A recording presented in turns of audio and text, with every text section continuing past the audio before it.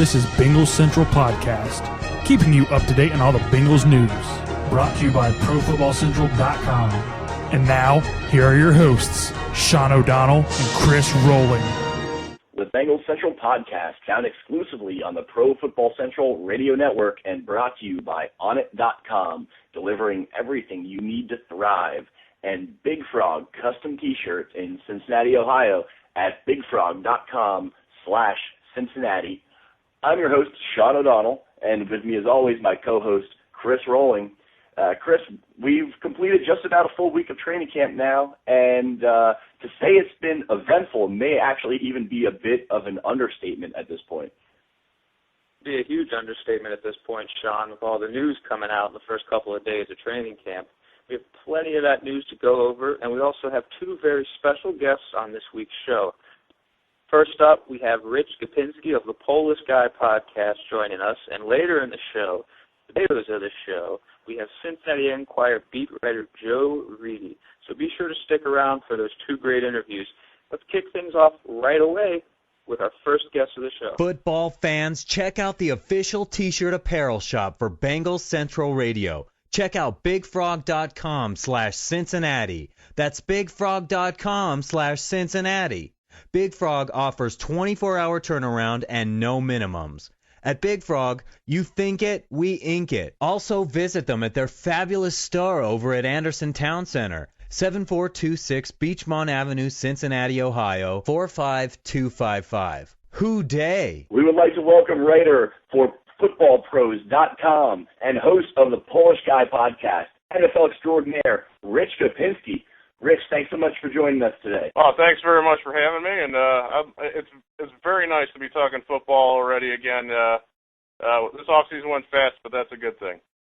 Absolutely, yeah. We're pumped that football season is back, training camps are underway, and we've got a lot of interesting news already coming out of the Bengals camp right now. You know, plenty of happenings have really transpired over the first couple of practices, so let's go ahead and get right into it. Yes, sir. Rich, let's go ahead and start with the biggest news out of camp so far. Actually, kind of some scary news.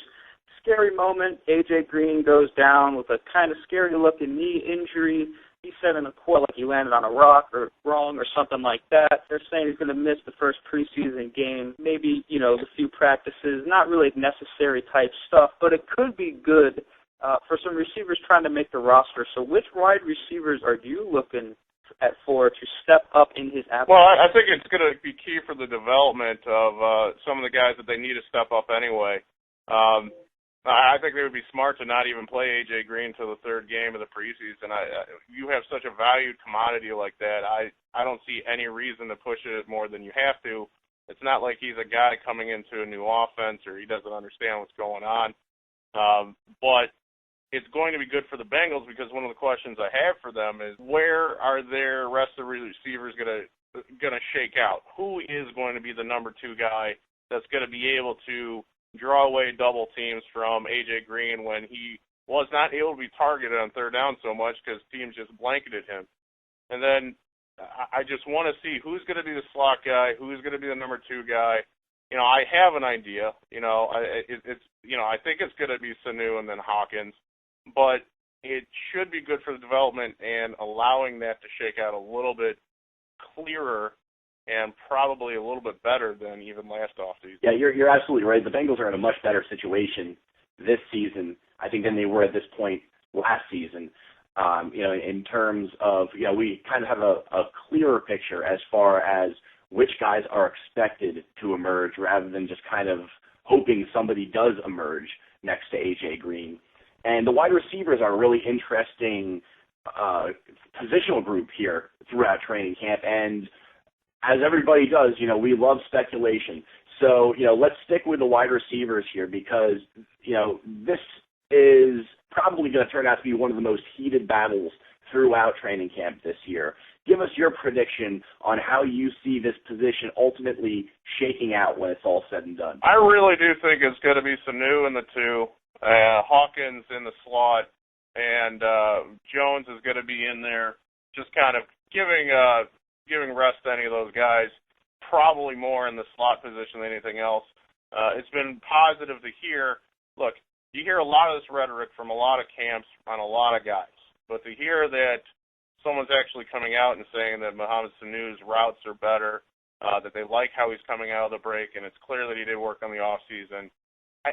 He's got the body type that I think that you want him to be the number 2. He needs to be the guy with that type of body to be someone like Earl Bennett. You need someone that's going to run the perfect routes, have the good hands, and be a safety blanket for Dalton over the middle and along the sideline. Great points, Rich. Receiver is going to be a big battle, so is linebacker, things of that nature. But one of the underrated battles that's going to be happening is with undrafted free agents. As I'm sure you know, and our listeners are very aware, the Bengals have made a habit of finding some very, very, very quality talent on the undrafted free agent market as of late.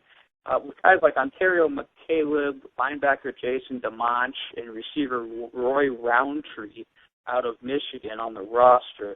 Some could stick on that final 53-man roster. Who do you think has the best shot at sticking on the final 53? I actually think it's a name that now I believe you also picked up Dan Sanzenbacher, correct? Yeah, picked him up from Chicago, yes. Yeah, and even though he is not an undrafted free agent, I think if he's actually worked on his hands, he gives them yet another option out of there. I would have to guess that best chances are, I would have to say it's between Sanzenbacher and Roundtree.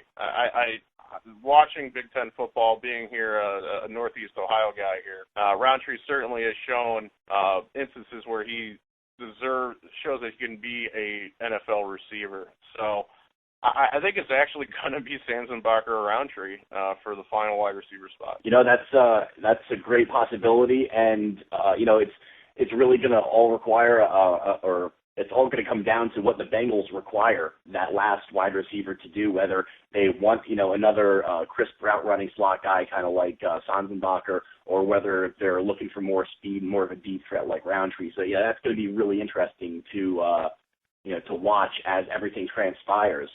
And, speaking of, certain guys like Roundtree who are undrafted free agents or just rookies in general, obviously some of these guys have a difficult enough time trying to earn this roster spot if they're not, picked within the first 4 rounds or so. But this year, if they're a Cincinnati Bengal, they're going to have to do it in front of the cameras of Hard Knocks. So, how do you think that Hard Knocks will end up affecting the Bengals at training camp? Do you think this is going to be a positive or a negative aspect for the team this year? I think it can only be a positive. I think that having a team like the Bengals who is truly talented, it's good for a truly talented team that not a lot of people realize. When you have a couple of seasons where you make the playoffs and you essentially have the same dud against the same exact team, a lot of people can sit back there and say, oh, this is the same old Bengals. There's nothing has changed, anything like that. When you have something like Hard Knocks and you're a team that's done it before, you can take some of this and there's some experience there. People know what's going to happen. You're going to be able to market some of the players that have the personalities during the TV show. So really, I don't see any harm in it, especially since they already know about it. So I think it's going to actually help the team marketing-wise, and it might help a player or two. Specifically, the guy that's not I think he's going to be becoming the talked about so much this year that he'll finally be overrated if it's possible. The guy making less than the kicker, Geno Atkins, everybody should know his name. So I think they will. And maybe that's the chagrin of Mike Brown, but the man deserves it. Hey, I can't agree with you more. And we all the attention we can get on Geno Atkins, we need to get it on him because best defensive tackle. Part of the reason NFL Films is there filming Hard Knocks in the first place is because Cincinnati happens to be one of the only teams that still runs the Oklahoma drill, now infamous. Which player caught your eye the most during these proceedings the other day? Well, I got to say it's Jermaine Gresham for putting Atkins on his butt. I mean, you take a guy that has the last time that everyone saw him, he was short-arming balls and dropping balls over the middle in a playoff game, much to everyone's chagrin. The team goes out and drafts another tight end, which does two things, which makes the team more dynamic at the position, as well as puts pressure on Gresham to finally be the guy that I think every Bengal fan wants him to be, even though he has all these maddening moments of where he's not the guy that everyone wants him to be. So to see just a little moment like that, even in the Oklahoma drill, whether people have opinions on that or not, still seeing that from a player like him who's coming off of a game he came off of, that's got to be the most interesting thing. Yeah, you're absolutely right, because this is a guy right here. Yeah, is obviously coming off of such a down note from the 2012 season, and one of the major knocks on him was his inability to be a consistent inline blocker. He was called for numerous holding penalties last season, and to be able to come out and knock Atkins on his butt like that, obviously the entire team really got riled up over it, and and it's a great thing all the way around. And I think that's why one of the reasons why the Oklahoma drill is such an important part to develop camaraderie within the football team. And there's camaraderie on one side, and then on the other side there's a bunch of intense competition. These are the highs and lows that all these guys are going to experience throughout training camp this season. And this competition is going to be fierce, and it's going to go all the way through August until the final 53-man roster is revealed. And do you have any early predictions about maybe any surprises that we might see as far as players that either wind up on or left off of the final roster? Well, I think I'd be remiss if I'm talking about Roy Roundtree and Dane Sanzenbacher getting the final receiver spot, and then you have the returner who's also in the receiver spot. Marvin Jones, he can't go to sleep. He's got to keep working. He's got to keep being that guy, and Hawkins has looked sharp, so that could be a surprise. The other surprise that I saw is that, and a guy, this is a pick I actually really liked last year, or a couple of years ago, was Orson Charles, and now apparently he's going to be, who knows? Now you're going to throw him out of blocking back in some of the drills. I mean, it could be smoke. It could just be the way they want to run the drill or something like that. But even so, that might be a forced move for this guy because, look, you have some great talents around, and you get a guy like Eifert. It's not like Eifert's not expected to come in and not make 45 to 55 catches. I mean, that's who he is. Well, there you have it, Bengals Central listeners. Bengals training camp in a nutshell by resident expert Rich Gapinski. Thanks so much for coming on the show today, Rich. Why don't you let all of our listeners know where they can find your work and where they can give you a follow on Twitter? Well, it's P Guy Podcast. It's PGUY Podcast at P Guy Podcast on Twitter. Search iTunes, just search Polish Guy Podcast. Don't leave a space in there because amazingly, years ago, there's actually a guy doing polishing videos. But no, that's not me. I'm the Polish guy. And also you can find me at www.footballpros.com. Fantastic football site backed by none other than Chris Collinsworth. And I do have to say that little birdies have told me that Collinsworth himself might be coming on the Polish Guy Podcast within the next couple of weeks. So being a Bengals show, I would have to say that I'm excited about that. And I hope people listening today, if you like what you heard, or even if you didn't like what you heard, tell someone else. There it is, Bengals Central. He's not a polisher, he's Polish. Give Rich a follow, and thanks for coming on the show, buddy. Thanks for having me. Enjoy. Football fans, check out the official t-shirt apparel shop for BengalsCentral Check out BigFrog.com/Cincinnati. That's BigFrog.com/Cincinnati. Big Frog offers 24-hour turnaround and no minimums. At Big Frog, you think it, we ink it. Also visit them at their fabulous store over at Anderson Town Center, 7426 Beachmont Avenue, Cincinnati, Ohio, 45255. Who day? Football fans, looking to get healthy this year? Now is the time, and I have the perfect place for you. Save 10% at onit.com/football radio. Exclusive PFC radio listeners save 10% off their order. That's onit.com, ONNIT.com/football radio.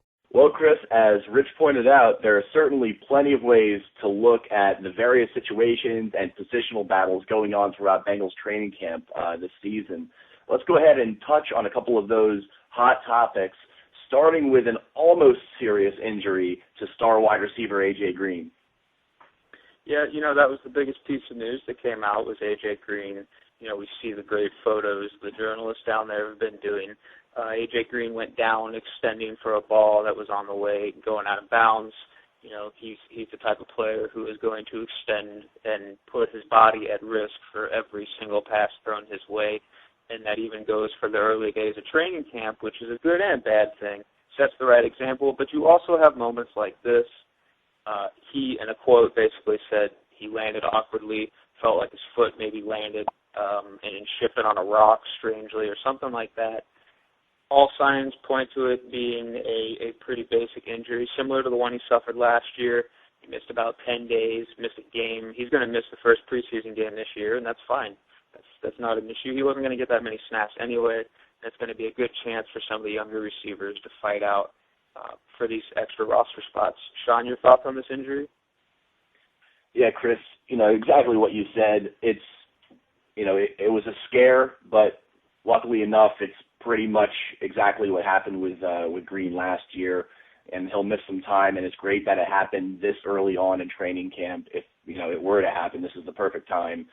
And, I'm just going to expand upon what you were saying as far as, it gives a couple of the younger wide receivers a really good chance to step up in Green's absence. And so far I've heard some great things actually from second-year wide receiver Marvin Jones, who we're really looking at as far as the deep threat for the Bengals when A.J. Green's not around. And, I've heard some great things about Marvin Jones and how he's really upped his game this year, and he continues to build chemistry with Andy Dalton, and that's only going to grow stronger with Green's absence in training camp in the first preseason game. So being that this isn't a real serious injury to Green, it's almost kind of like not really a blessing in disguise, but there's a bunch of silver lining that really goes along with this. Green's going to get healthy. He's not going to miss any significant time. He's a veteran by now. The first few practices in the first preseason game mean absolutely nothing to Green. So he'll be full steam ahead when it's time to really get to it. And, these other guys like Marvin Jones are going to have some great opportunities to get some extra reps, especially because the wide receiver position is so deep with so much talent this year. The coaching staff they're really going to need some extra time to scrutinize these guys to be able to get the best of the crop on the final 53-man roster. So let's switch gears to a different injury, this one regarding right tackle Andre Smith. Well, Andre Smith has now officially returned to the team. The Bengals announced that they activated Smith from the active non-football injury list. He missed practice for the first several days of camp with a calf injury. And Jay Gruden, the Bengals offensive coordinator, actually had some positive notes about Smith upon his return. Gruden actually was quoted by saying that Smith looked more defined and muscular. He went on to joke about it that Gruden thinks he took some of Smith's fat and Smith took some of Gruden's muscle. Whatever the case may be, there was lots of speculation before Smith reported that, he was immensely out of shape, he blew up again, all that stuff. And the positive message here from Gruden is really, a good thing regarding Andre Smith, because obviously in, Andre Smith's past, he's gotten a lot of bad press, and that continued this season. But it's good to hear some nice things about Smith and, that he's actually looking pretty good right now. So, he should be in line to, get back on the field shortly and pick up where he left off as being one of the top tackles in the league. Chris, what's your thoughts on Andre Smith and his injury situation? Well, it sounds like we need to worry about Jay Gruden's conditioning more than any of the players in training camp. But in all seriousness, this is business as usual. You know, the media kind of blew things out of proportion. He got a new deal and then was sidelined. And Marvin Lewis, being Marvin Lewis, was being very, very vague about why Smith wasn't around for OTAs and things like that. But at the end of the day, it was a minor injury. It doesn't sound like it had anything to do with actual conditioning. The media wants it to be that he blew himself up after getting, cashing in and getting a big deal. But that's clearly not the case. You can see that's not the case when you just watch him walk around on the sidelines at training camp. He's in fine shape. He has a nagging little injury. He's going to be cleared here within the next couple of days to take the field again. He'll be in during the preseason, and if it all goes as planned, he'll be back to his top form. There's not really much else to say in that regard. There might be a drop-off after signing a big contract. That's what the media wants, and there's always that risk.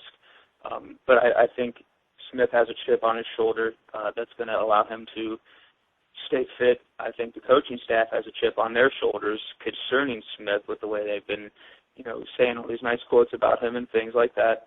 And I'm expecting things to go business as usual here. And this was really a non-story, but we made it a story with how vague Marvin Lewis was being in the first place.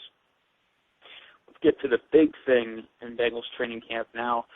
The reason the media and fans flock to Cincinnati for something as simple as training camp, the Oklahoma drill. The Oklahoma drill, not many teams do it anymore. The Bengals still do. It may explain why they're one of the toughest teams up front consistently the past few years, because a lot of teams have scrapped this drill for fear of injury, for fear of wasting playing time, etc. Sean, let's dive right into an Oklahoma drill recap here. Let's hear some of the impressive players so far in this drill. Yeah, I love the Oklahoma drill. I'm a huge proponent of this particular drill, and this is something that Marvin Lewis has really kept with him since his early days as a linebackers coach in Pittsburgh. Then he used to run it there, and he's been doing it ever since. So, it's a huge event that everyone looks forward to, not just Bengals fans, but fans of the NFL. I mean, it's great to see these guys battle it out and duke it out in the trenches. And there's some impressive players from the Oklahoma drill early on. And, I think the biggest standout from the Oklahoma drill was Orson Charles. Orson Charles, as we know, he's been moved from the traditional tight end position to more of an H-back role where he'll be taking on a lot of blocking assignments this year from the backfield. And, I really think that if anyone was skeptical about Orson Charles moving into that role, the Oklahoma drill should probably have put those worries to rest, because Orson Charles was just blowing defenders up left and right. I mean, he was insanely impressive throughout the Oklahoma drill. We already knew that he was one of the best pound-for-pound blockers on the team, and he really showed that to us during the drill. So I'm looking forward to Orson Charles in his new role. I think that he might be one of the most underrated players in the Bengals offense this year based on, I think, what he's kind of going to do behind the scenes. And then another tight end actually that really impressed was Jermaine Gresham.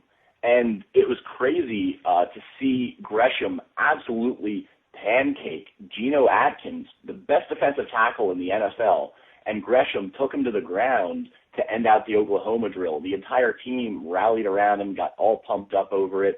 And for a guy like Gresham, who's struggled blocking so often in his career and who's been called numerous times for holding penalties, it's really good to see him kind of taking the reins and doing what he needs to do to get the job done in that regard. So, those tight ends, to me, were probably the biggest, made the biggest impressions on me during the Oklahoma drill. There was a couple of other guys that did a great job, but they were, I think, the biggest standouts as far as that goes. Chris, who were your standout guys in the Oklahoma drill, and what were your thoughts when you were watching this during Bengals training camp? Well, you kind of already knocked it out. I think Charles and Gresham showed really well. I think some of the rookies showed well. Tyler Eifert, Giovanni Bernard. The thing about that is I expect the rookies to show well in this kind of drill because it's not really a game speed thing. It's kind of a battle of the wills, and they know that in Cincinnati this is how they become one with the team, and they really make their name and presence felt. So I don't really expect a rookie to do bad in this kind of drill. I like what Charles did. I think we've seen guys in the past do very well in this drill and still fizzle out. I don't think that's the case with Orson Charles. I'm a big fan of H-back, hybrid type, tight end, fullback roles. But I think it showed great that he was able to pretty much take care of anyone that he lined up against. The same goes for Gresham. He's much maligned, has had issues with blocking in the past. For Gresham, whether he jumped the snap or not, to go well against Geno Atkins says a lot. You're talking about a guy that benches almost 500 pounds and squats almost 600. So for Gresham, who doesn't have as much weight on him or strength, that's good. He's heading into a contract year, and he's kind of on the hot seat technically now that Tyler Eifert's in town. Go ahead and flip it to the other side, though. Disappointing players we have to hit on, and I think it's hard to be disappointed with anyone in an Oklahoma drill, especially on this team because both defense and offensive lines are so stacked at each position. Even the skill players have their moments. I guess if I had to pick somebody, it would be Geno Atkins for kind of getting steamrolled by a tight end, but I'm not going to buy too much into that. I am kind of concerned that second-year cornerback Dre Kirkpatrick kind of got tossed around. You know, we're hearing all these things. We're seeing all these things from him about having high emotion and high intensity and playing well in coverage and really, really showing that he cares and that he's made the leap to his second year and he's healthy, which is probably the most important thing. But see him get steamrolled in the Oklahoma drill probably wasn't the best showing. Sean, your disappointing players in the Oklahoma drill? You know, I've got one guy that kind of stood out to me, and that was offensive tackle Dennis Rowland. And Rowland is a huge guy. He's 6'9". He should be an absolute mauler, but he continues to have trouble with his leverage, being such a big guy. And he was bulldozed a couple of times by defenders. I believe one of them was actually rookie Margus Hunt, who kind of had a slow start to the Oklahoma drill, but has redeemed himself against Rowland. And the offensive line is another really deep position, especially with the rookies like Tanner Hawkinson, Reed Fraggle that were brought in this year. And, Rowland's really got to, impress a lot more if he wants to stick around on this football team. And, to see a big guy like that just completely get steamrolled and tossed around during the Oklahoma drill, it really doesn't fare well for him as a blocker. Chris, your thoughts on Rowland and that whole situation there? Yeah, I just add that with Rowland being disappointing, it doesn't fare well for his roster chances because he was the versatile guy who'd come in at tight end as an extra offensive lineman, and now they have Reed Fraggle, who has played well, and he didn't show horribly in the Oklahoma, as far as I could tell. So, watch for Fraggle to keep sneaking up on Rowland in that battle for that roster spot. It's early, but Rowland's not doing himself any favors right now by not showing well in an Oklahoma drill. Yeah, absolutely. And so, at this time, we now have what we like to call the meat and potatoes of the show.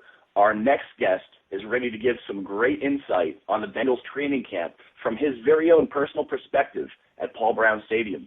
We are very excited to announce that joining us right now for this exclusive Bengals Central interview is Bengals beat writer for the Cincinnati Enquirer, the one and only Joe Reedy. Joe, thanks so much for joining us today.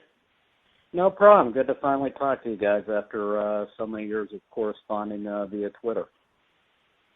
Yes, sir. Great feeling. We're really excited for the opportunity to pick your brain a little bit, considering you're the go-to guy for everything Bengals. Sean and I, unfortunately, haven't had a chance to make it to camp yet, but we've been following along your great coverage via your blogs and tweets. That said, before we get to the good stuff, we have to do it. So let's get the generic question out of the way first. Can you talk about the extra attention on the team so far in camp thanks to the Hard Knocks cameras? Are you seeing it have any impact one way or another? No, I don't think so, because I think when you look at the roster, about a third of them are used to dealing with it.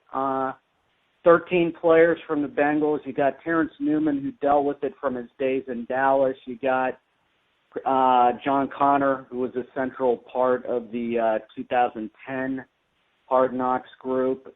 So they're used to it. Most of the coaches are used to it, too. I think maybe with the assistants, they've put the robotic cameras in a couple different places that weren't there the first time. But, I mean, truthfully, about the third, fourth day of camp, you really don't notice it. It's like the NFL films, people blend into the woodwork a little bit. Maybe this year, because that one-side practice field, it's a little bit tight quarters compared to the past.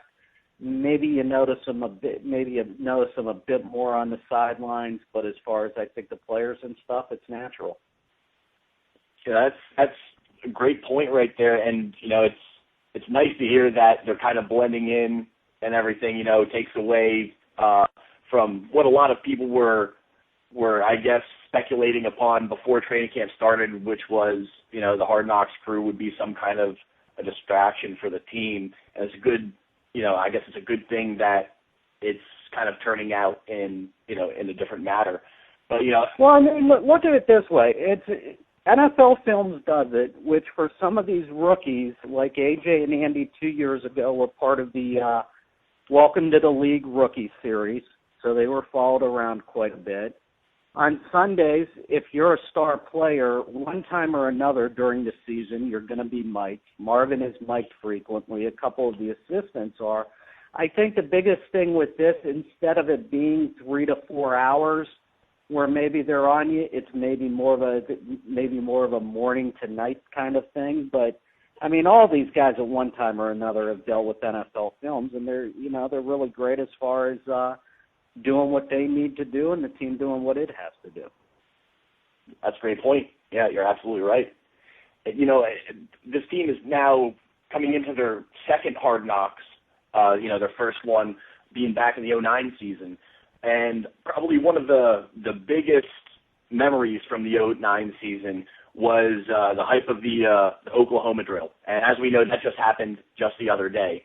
And, Joe, I read your estimation on the Oklahoma drill that you tweeted out, and out of the 46 matchups, you were saying the offense had 22 wins, the defense won 13 with 11 draws. Now, during those drills, who stood out the most for you, and were there any kind of surprises or letdowns for you during the Oklahoma drill?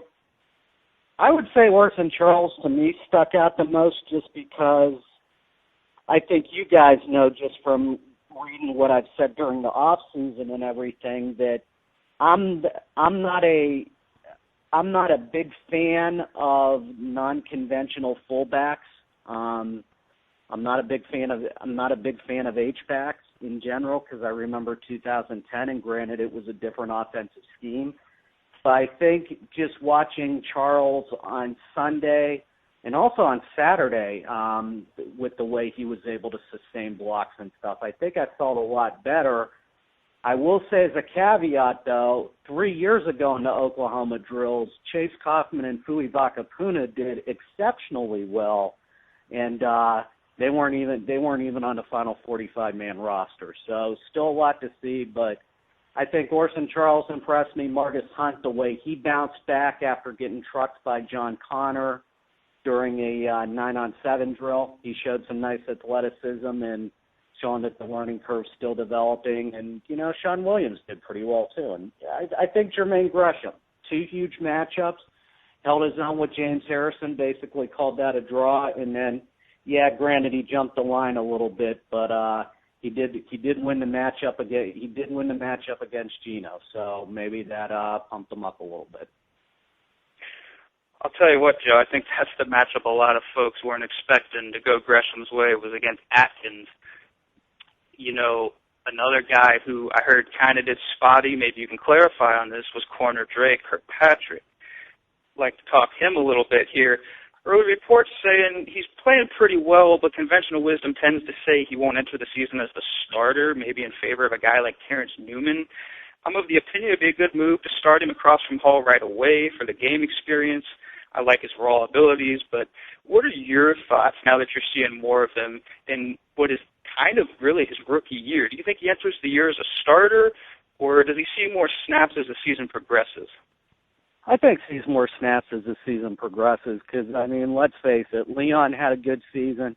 Terrence Newman, he's back with Mike Zimmer. He had a bounce-back season and played well. I think you got Adam Jones at the third corner who's, you know, dependable. Maybe by getting Dre more snaps that allows you to, you know, get Adam more opportunities as kick and punt returner. I just think Dre, he's still making some technique mistakes and some coverage reads. He had a bad blown coverage yesterday between three people on a bomb, and he had a great pass deflection on Saturday, which was actually a mistake in coverage. So he's going better than I thought right now after 5 days, and I had low expectations just from the fact of what he missed in camp last year, missed the entire off-season program this year. So he's developing a little bit. Let's see how he does in preseason games, but right now I'd be confident with Hall and Newman as the starters. You know, speaking of guys that are, you know, really needing to develop throughout training camp this year, Joe, let's talk about Bengals second-round selection, or their second-round selection, Marcus Hunt.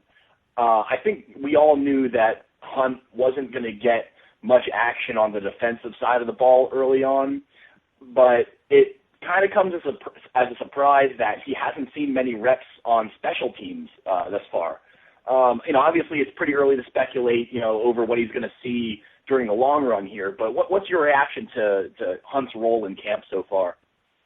I think it's early. I think a lot of us are still waiting to see what a guy like Ontario McCaleb can do in the return game too. One of the stories that I'm doing for tomorrow is mainly on the returner spot and special teams and everything, and what the roles are. And when you look at undrafted guys as far as returners, it's pretty darn deep at the moment, to tell you the truth. But McCaleb hasn't gotten many opportunities in special teams. Hunt yesterday started to get more and more. I think they're basically working people in and evaluating what they got. But, you know, it's like I said, it's still early. Let's wait and see Atlanta and Tennessee how it goes. Yeah, very true. And I like the fact that you brought up Ontario McCaleb right there. He's probably one of the undrafted free agents that probably has a really good shot, I think, at possibly making a final 53-man roster in a special teams aspect, just possibly, you know, as a return specialist. Because, you know, obviously they moved him to cornerback because the Bengals were a little concerned, obviously, about his size and his durability heading into the NFL. What are your thoughts on Ontario McCaleb's, basically what his chances are as we move forward? Like, what does he need to show the coaching staff to make this final 53-man roster? I think that he to me is a practice squad guy right now. He's just, in terms of coverage, has a long ways to go learning the position. And if you just got a guy at returner right now, I don't think that's the way to make a 53. But like I said, he's got a ton of development, ton of potential. You kind of look at a Troy Stoudemire at corner two. He's a Division I leader in kick returns. Tavion Rogers, with his quickness, I know they want to see him return kicks a little bit. Andrew Hawkins at kick and punt returner. But Ontario, since defensive back is going to be his main position, that's where he's got to show some improvement unless he's going to be one of those all four unit special teams guys, which right now I don't see. Gotcha. You know, and speaking of, you know, the kind of mysteries surrounding training camp, such as McCaleb is right now, one of the bigger mysteries that actually will be on the final 53-man roster here is Andre Smith. And, you know, the absence of Andre Smith earlier on in OTAs and minicamp was very apparent. And now he's officially, you know, back with the team here. And, you know, it was announced just a few days ago that, you know, earlier on he was suffering from a calf injury, which was what was kind of keeping him out. What's your take on the entire situation with Smith and what's been going on with him since his re-signing? Let's put it this way. What people are still basing Andre on the first 2 years what happened and not the last two. And let's face it, he the 32-day holdout and everything, and then getting injured 2 days in the practice and everything, there was a lot of ill will brought up, and then getting hurt in year two. The last 2 years, he's done well. I mean, he got all pro votes last year from AP writers, which I think kind of shows a lot. Whitworth didn't receive all pro votes from AP, so the kid's made improvement. But I think the whole saga of him going unsigned, and let's face it, with the tackles out there, none of the tackles got the money that they wanted in the end. And the personal thing, he got it resolved. I think the calf injury was a little bit too. He wasn't here. Let's work him back into it slowly and go from there. And after he passed his conditioning test and stuff, he was fine. And, during the off-season workouts, Andrew Whitworth was rehabbing a knee injury. Trevor Robinson missed according to a pectoral injury. Clint Bowling was in and out due to a hamstring. So Andre Smith wasn't the only first-team guy who didn't work out during the off-season. But, based on career track record and stuff, he's gotten a lot of bad stuff from the fans. And the one thing that I've always said, too, with Andre Smith is, even when things were going bad his first 2 years, Andre Smith was accessible to the media and talked and, basically took blame for a lot of things that he knew he committed. But the kid has shown a ton of maturity the last 3 seasons. After the lockout, came in great shape when, let's face it, he's on his own. So I think, let's see how he does in the preseason and regular season, and what's done is done. Joe, that's a really great point, and that's one of the reasons we love to have you on the show, because that's the type of insight the fans need to hear with these kind of situations and players. We'll see how it plays out with Smith, I suppose, going into next season. Let's wrap this up, though, with a guy who has a lot of weight on his shoulders going into the next season, Mr. Andy Dalton. I read one of your blog posts, and you said he looked sharp on slants and intermediate routes, but after the first 2 days, his inconsistency on deep throws kind of showed up again. Let's take a forward-looking stance with this, since we already know the lofty expectations on his shoulders. Dalton has 2 years left on his current deal, if I'm not mistaken, but say the team fails for a third straight time in the postseason, or worse, maybe misses. In your mind, does that place Dalton on the hot seat? Maybe a little bit, but let's look at it the other way.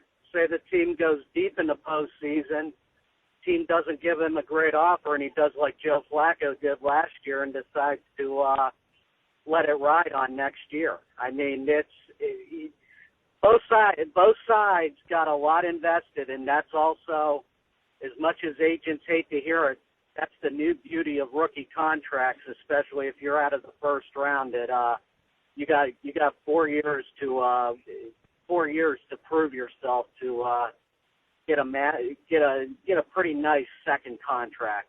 Which, when it comes to second contracts, it's a business not only for teams but for players, because that second contract is usually the high price one and can set your family and future generations up for a long time. I think he's got more confidence, stability in the offense. All the starters are back.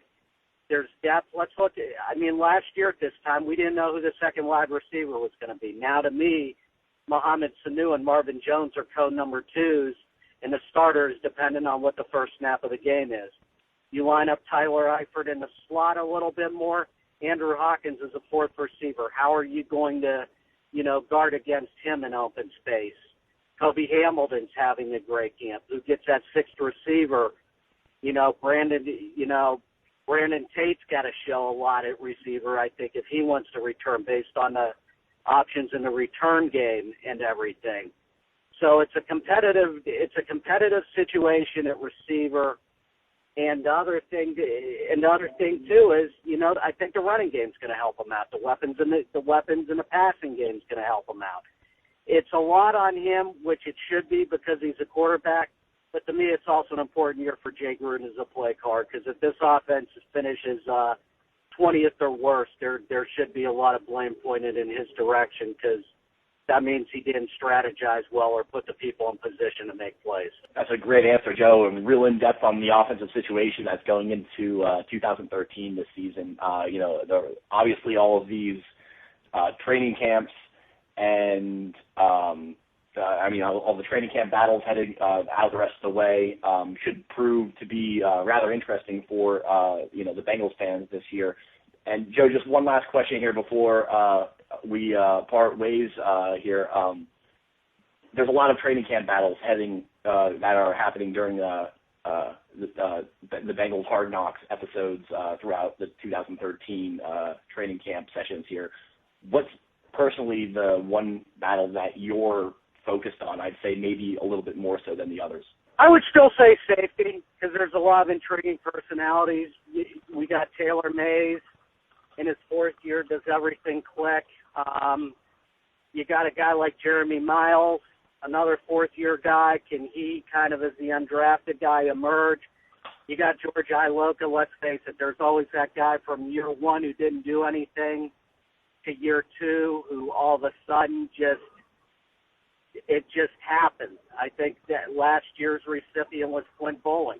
And then you got Sean Williams, the rookie. So there's a lot of options there. I still think, personally, though, in terms of Hard Knocks storylines, it's how much Andy Dalton translates himself into a leader of this offense and one of the leaders of this team. How is he around teammates?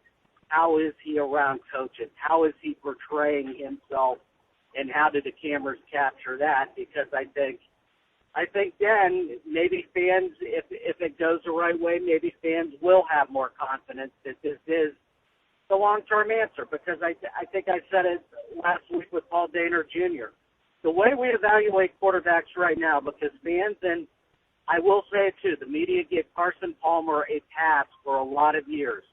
And we said we weren't going to do that with the next guy. And with Andy, I think part of that's happening. But for the situation that he inherited his first couple of years, 19 years and 19 wins and back-to-back playoff trips, the guy does deserve a little bit of credit. So I agree, and I think, the tools are in place now, and we'll see if the next step is there.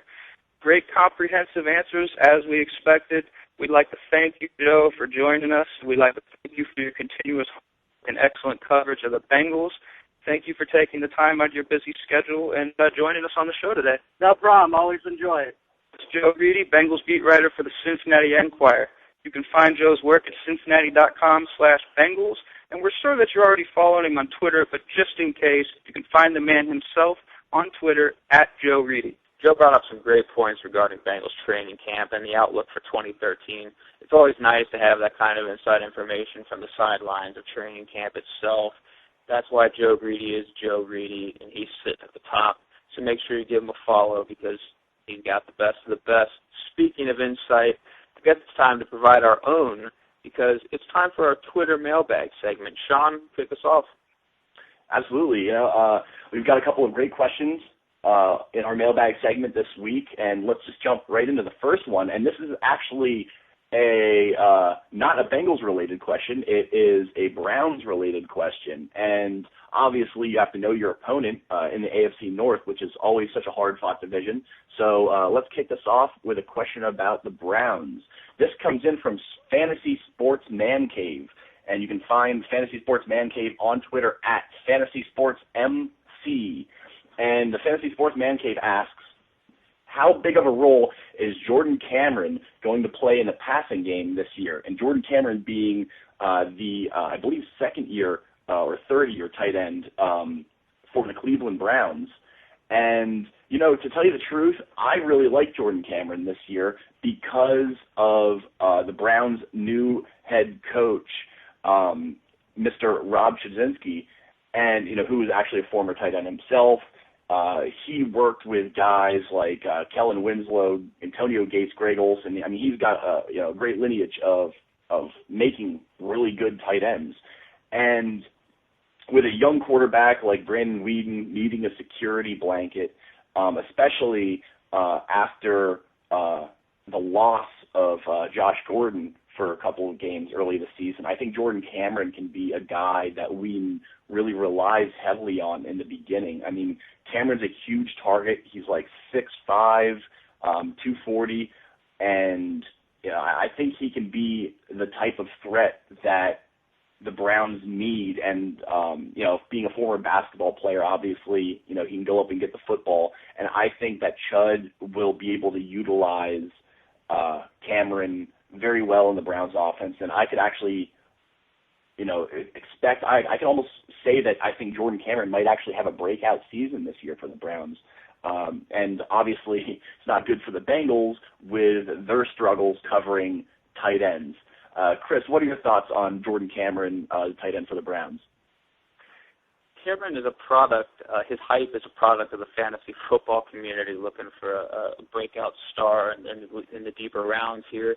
And fortunately for Cameron, the hype is good. The hype is real because he is a player who could very well break out in the confines of this offense. Now things are changing in Cleveland. The problem is Whedon hasn't shown to be a top-tier quarterback yet. He's got a great target in Josh Gordon, but he has to stay on the field. There's no other receiver on the Browns that I really think is going to have a major impact except for the Davon Best, who can stretch the field. Same thing with Travis Benjamin. And you still have defenses are going to be accommodating for Trent Richardson in the backfield. I think Jordan Cameron's going to get a lot of check down opportunities, things like that. I know for a fact Chud's going to try to stretch him vertically down the field. I don't know if I'd go as far as saying he's going to have a breakout year, but he's definitely going to see a lot of targets in this offense because there's really nowhere else for Whedon to go if Gordon's blanketed in coverage. You can't. We've seen in the past you can't count on that very little. Playing the targets, I don't know that it'll translate into a lot of success, though. Get into our next question here. It comes from Reds and Bengals Forever. You can find them on Twitter at CMARSEE3.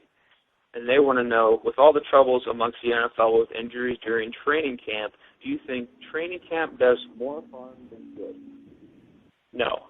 Training camp is a necessity. It helps them prepare for the season. The NFL has already imposed restrictions on contact and things of that nature.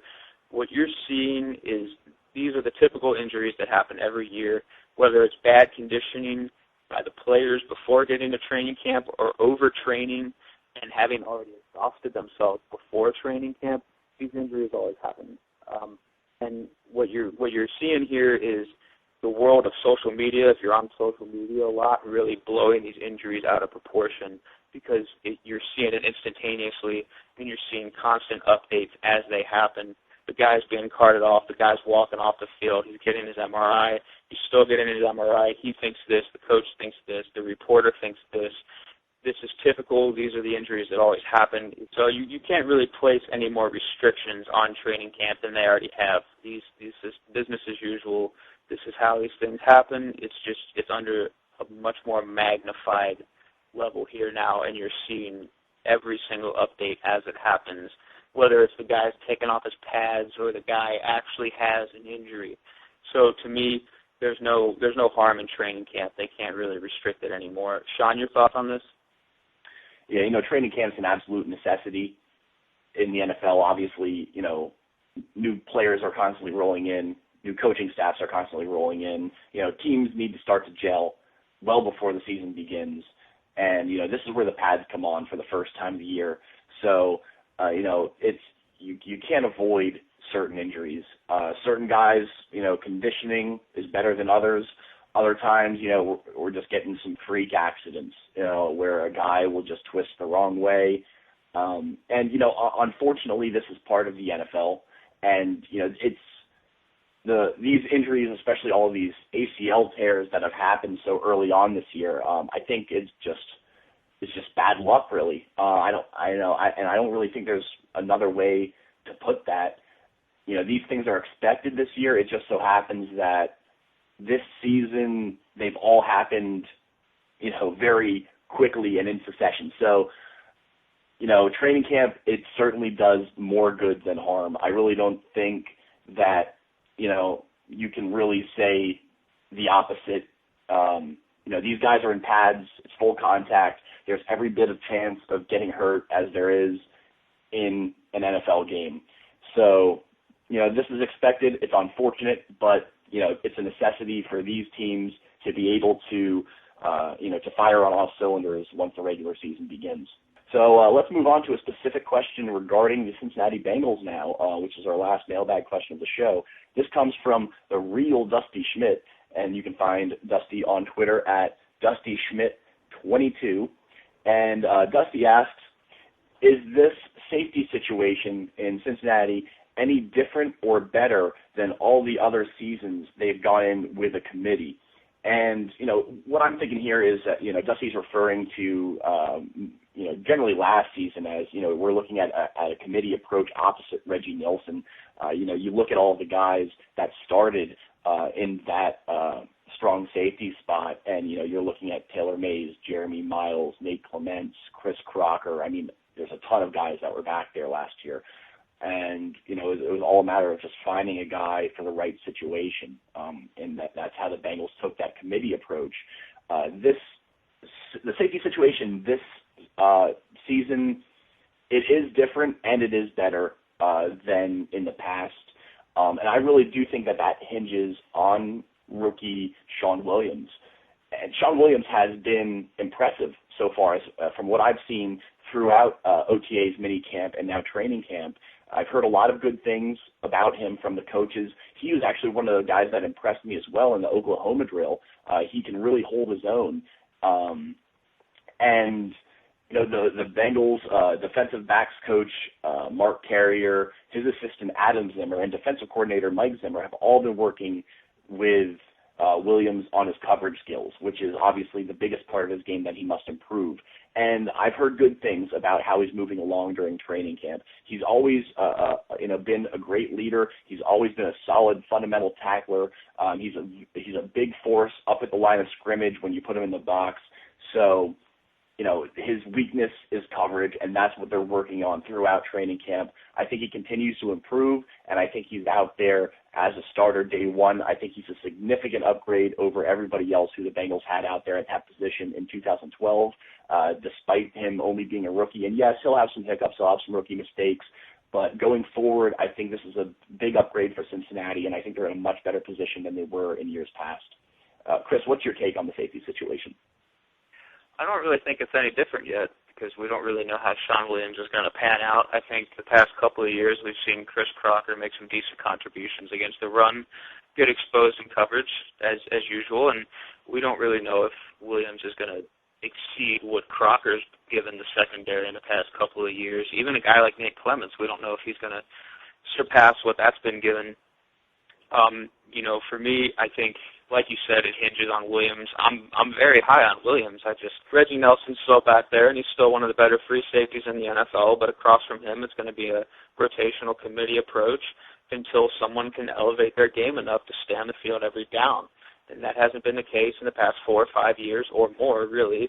And I don't see that being the case this year with a rookie unless he being Williams, really elevates his game here, and it's too early for me to, say that it's any different or better right now. That'll do it for our Twitter mailbag segment. Make sure you guys give us a follow at Bengals Central and shoot us all your questions about the Bengals and anything else NFL related throughout the week, and you'll appear on next week's show. Absolutely. Also remember to check out our sponsor, Onnit.com. We've got a really easy way to get you some great deals from the folks at Onnit. Simply type Onnit.com/footballradio into your address bar. Receive 10% off your next purchase from those guys. Also be sure to check out Big Frog T-shirts at bigfrog.com/Cincinnati. We actually have another contest for a free shirt coming up soon, so be sure to stay tuned to the Bengals Central Twitter account for all of the details. We'd like to thank everyone for tuning in this week. A very special thank you goes out to Joe Reedy of the Cincinnati Enquirer and Rich Gapinski of the Polish Guy podcast for joining us this week. As always, be sure to scour the ProFootballCentral.com network for all of the latest news for every NFL team. For Chris Rowland, I'm Sean O'Donnell. Hooday. The following podcast is a part of the Pro Football Central Podcast Network. Check us out at ProFootballCentral.com. back in the orange and black. See the natty on the map, baby, tell me where you at. In the jungle, who they bringing it back to the jungle. And the game day, yeah, the jungle's back. Got the natty pack in the orange and black. We're stacked to the track, so I'm back behind long work, chugging down cases in a can brewed in '88. Who they? Super Bowl, spirit of the icky shuffle. Feel it rumble through the king of the jungle. Thunderous roar, heroes soar across the river to the Newport shore. The Fountain Square, the great American ballpark. Down at the banks above the riverfront graveyard. The Paul Brown Stadium, the Nat is awakened. And we're making a statement to the rest of the nation. Cincinnati's back in the orange and black. See the natty on the map, baby, tell me where you